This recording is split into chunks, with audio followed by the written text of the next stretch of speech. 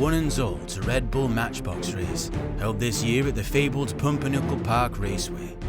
We'll have 99 competitors taking to the track over the course of these qualifiers. In rounds 1, we'll see the first 8. And here's the first. Driving in a Hot Wheels supervan from 2013 is Karush Uluwatoyan. Next up comes a Strape, driving a glow-in-the-dark Linster prototype from 2019. Then the newest car on the grid from this year, Sigrid Orquidea drives an unnamed turbo wheels vehicle branded with the number 99. The Bang Elmira and the green and white Gold Dinero follows. Alessandro Fileman claims no affiliation with the Empire, but brings this suspiciously Stormtrooper-reminiscent CLR 72 to the grid. Connor Sutton competed in Red Bull Matchbox Race 2020, where he placed 67th of 141. Blind competitor Raisa Bisson drives a brand new Hot Wheels twin mill with an AR code driver who will help her navigate the turns. Soleus Botwolf is hoping the foam chassis and large wheels of their Nerf Nitro will give them an edge. And we're into the first runs. Here's Karush Uluwatoyan. The van is steady out of the trailhead and solid through the final corners. Even turns about after the loop to trundle back facing the right way. And here we go for the second run. This looks very consistent.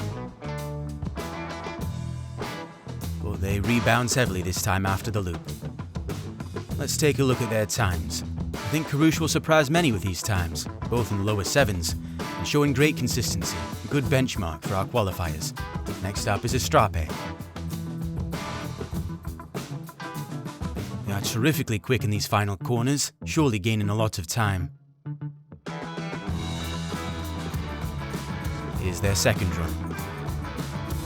A smooth run. This strikes me as slower than the first. Let's take a look at the times. Strape will be thrilled to break the 7-second mark, but may be hoping for more consistency moving forward. Here's Sigrid Orquidea. Quite slow coming out of trailhead and doesn't impress in the final corners. She hardly keeps to the track in the loop. She'll want to look for more speed as she begins run 2. Once again quite slow, but I can't see any obvious mistakes. And she finishes facing back up the track. I don't think she'll be happy with these times, but she does at least break 8 seconds of run number 2, which may keep her in with a shot. The Bang Elmira is up next, and Sigrid may be breathing a sigh of relief right now. The Bang is even more timid out of trailhead, but picks up speed through the final corners.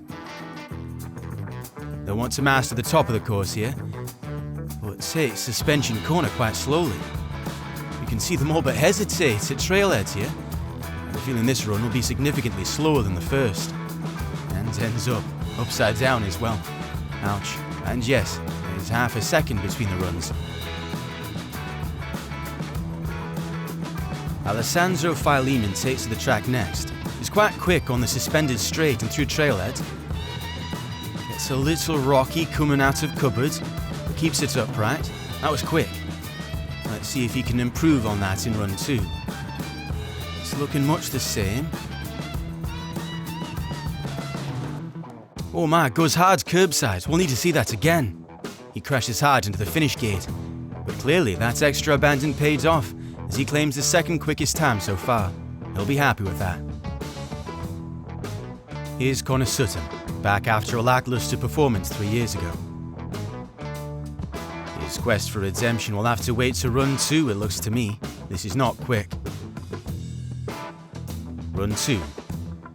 Again, he's quite slow through the top of the course. He picks up a bit of speed here, but not enough to make that loop look comfortable. And indeed, he fails to pick up a time under 8 seconds. Next up is Raisa Bisson. Looks a bit jumpy out of suspension corner, might have lost some time there. Smooth out of trailhead, and through the rest of the course though. Until that. Here's run 2. Smaller correction there, but slower out of trailhead it seemed. Quick final corner. Even turns around to face the right way. But she just cracks 8 seconds.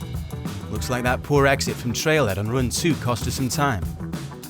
Last in round 1 is Soleus Botwolf. That's a cracking start. But they lose some momentum coming into trailhead, and that looks costly to me as they navigate the rest of the raceway. Here's run 2. Perhaps a bit quicker. They lose control out of the loop and jump the track. Hopefully they're alright. Well, they won't be too happy with those times. And here we have the standings after qualification 1.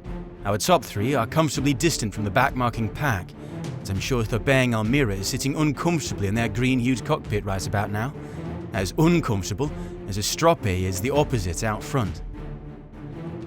Here are the drivers from round 2. Wilhelm's Marjana starts us off in a Hot Wheels Gazelle Ra from 2017. Rima Dotson, who placed 4th in 2020 after failing to complete a single run in the finals, is hoping to redeem herself here in 2024. Driving a 2017 Rally Cat is Beatrice Karaiden. She will be followed by Fouja Abdelmajid in a 2019 baseline. I believe she's listening to EDM. Nika Arthur is up next, boldly taking this off-road Camaro for a spin on the raceway. Pig McCracken Jr. will be taking his father's blood money out for a joyride in the form of a Corvette C8R. His father, unable to finish a qualifying run back in 2020. McKenna Audra will follow the pig down the track in their Evo SUV from Metal Machines. The last driver of this qualifying batch is Kirk Haynes in the all-carbon CGW50 from 2015. Wilhelm's Marjana starts us off, looks decent around the suspenders, but loses steam here at trailhead, and brings the Gazella down to the loop quite timidly. They'll want to do better here in run 2. But it doesn't look like there's more to be found in his car.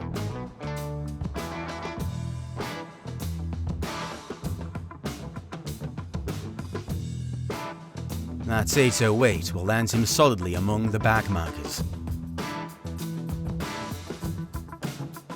Here's Rima Dotson. She hasn't finished a run since the quarterfinals in 2020, but she's looking quick here. She manages to finish, but gets sideways on the final straight and scrapes her car along past the finish line. She'll want to keep it together here. She looks quick coming into trailhead, and through the final corners. And it's a miracle. All 4 wheels on the raceway after the loop. I think she'll be pleased with those times, which will land her mid-table at present. Here's the rally cat of Beatrice Karaiten.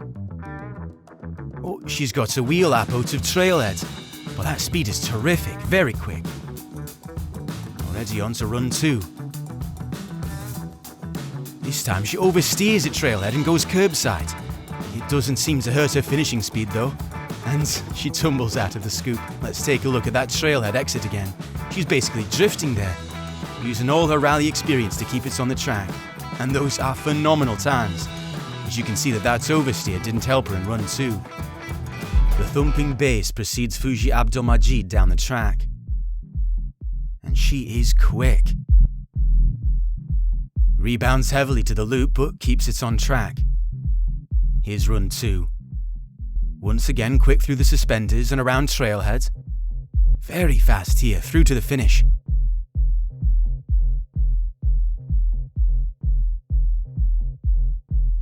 She'll be pleased with that sub-7 time, putting her in provisional second.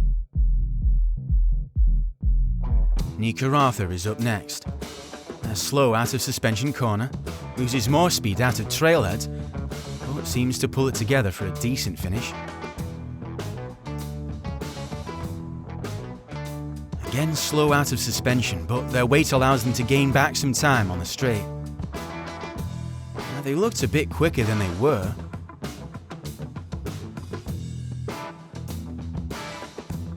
Ah, but those are bottom feeder times. Race tyres next time, Nika.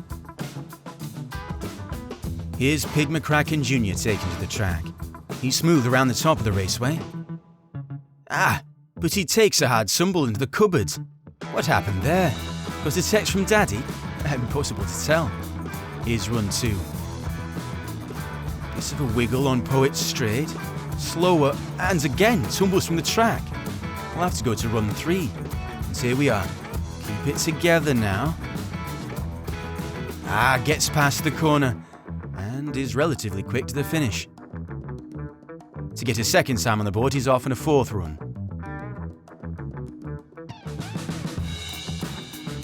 A little slow coming out of cupboards.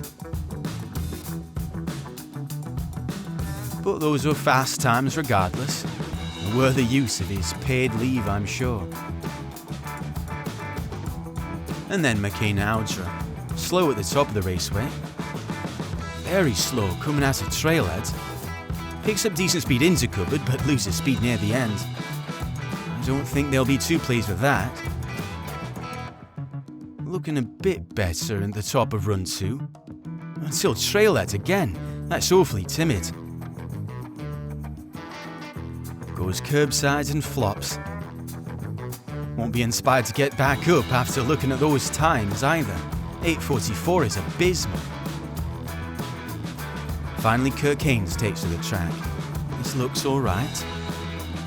Bit shaky maybe exiting trailhead. Let's see if he can improve in run 2.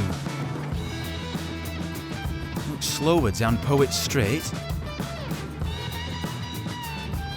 He gets to the line smoothly enough. Let's take a look at his times. He's barely broken 8 seconds here, which will cause him some anxiety as qualifiers continue. Our first 16 drivers have taken the raceway. Here's how they stand. Beatrice Carrington is comfortably in P1, followed by a pack from Estrope to Rima Dotson, all within half a second of each other. And then we have our back markers, from Raisa Besant to Makina Audra, who brings up the rear. 16 have run, 63 have yet to set a time, so nobody will be packing their bags just yet. But neither is anybody safe. 32 will eventually make the tournament bracket, but let's not get ahead of ourselves. Donnie Jean, Matchbox Race 2020 champion, will be in our next batch of qualifiers, so keep an eager eye out. But for now, that's it for me. Have a lovely day.